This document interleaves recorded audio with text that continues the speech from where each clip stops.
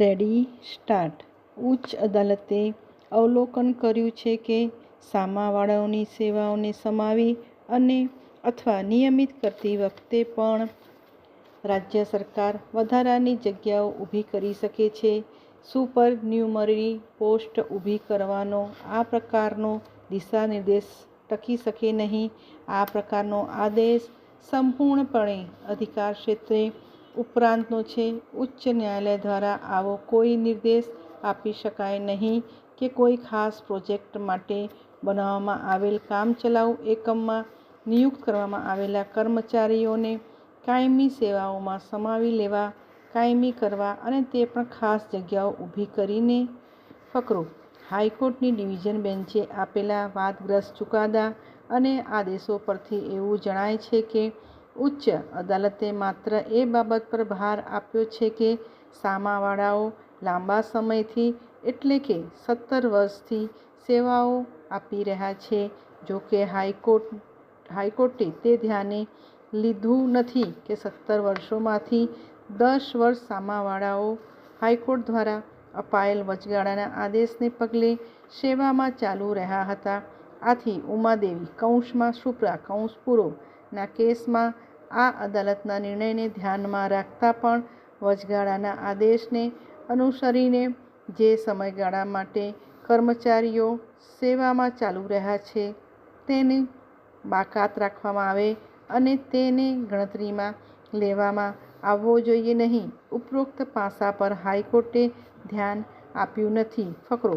હવે જ્યાં સુધી ઉમાદેવીના કેસમાં (સુપ્રા) આ કોર્ટ દ્વારા અપાયેલ ચુકાદો અને ત્યારબાદ નરેન્દ્રકુમાર તિવારીના કેસમાં (સુપ્રા) આ અદાલત દ્વારા અપાયેલ ચુકાદા પર સામાવાળાઓ તરફ હાજર વિદ્વાન વકીલે લીધેલ આધારને લાગે વળગે છે તે સબબ નોંધવું રહ્યું કે ઉપરોક્ત ચુકાદાઓમાંથી કોઈ પણ ચુકાદો પ્રસ્તુત કેસની હકીકતોને લાગુ પાડી શકાશે નહીં.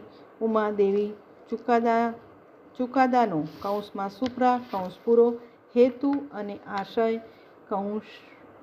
(1) ભવિષ્યમાં અનિયમિત અથવા ગેરકાયદેસર નિમણૂક અટકાવવાનો અને (2) ભૂતકાળમાં અનિયમિત રીતે નિમણૂક પામેલા અને લાંબા સમય સુધી સેવામાં ચાલુ રહેનારા લોકોને લાભ આપવાનો હતો. ઉમાદેવી ચુકાદો (સુપ્રા) નિયમિત સંસ્થાઓમાં મંજૂર કરેલા પદો પર અનિયમિત નિયુક્તિના કિસ્સામાં લાગુ થઈ શકે છે. આ બાબતે પ્રોજેક્ટ કાર્યક્રમમાં કરવામાં આવેલી હંગામી નિમણૂક પર લાગુ પડતી નથી. ફકરો. નરેન્દ્રકુમાર તિવારીના કિસ્સામાં (સુપ્રા) પણ અનિયમિત રીતે નિમણૂક પામેલા કર્મચારીઓનો કેસ હતો. આ સિવાય પણ નરેન્દ્રકુમાર તિવારી (સુપ્રા) ના તથ્યો અને સંજોગોને ધ્યાનમાં રાખીને ઉપરોક્ત નિર્ણય વર્તમાન કેસની હકીકતોને લાગુ નહીં પડે. આ કોર્ટ સમક્ષ ઉક્ત કેસ ઝારખંડ રાજ્ય કે જેની રચના તારીખ 15/11/2000 ના રોજ થઈ હતી તેની સાથે કામ કરતા કર્મચારીઓના સંબંધમાં હતો.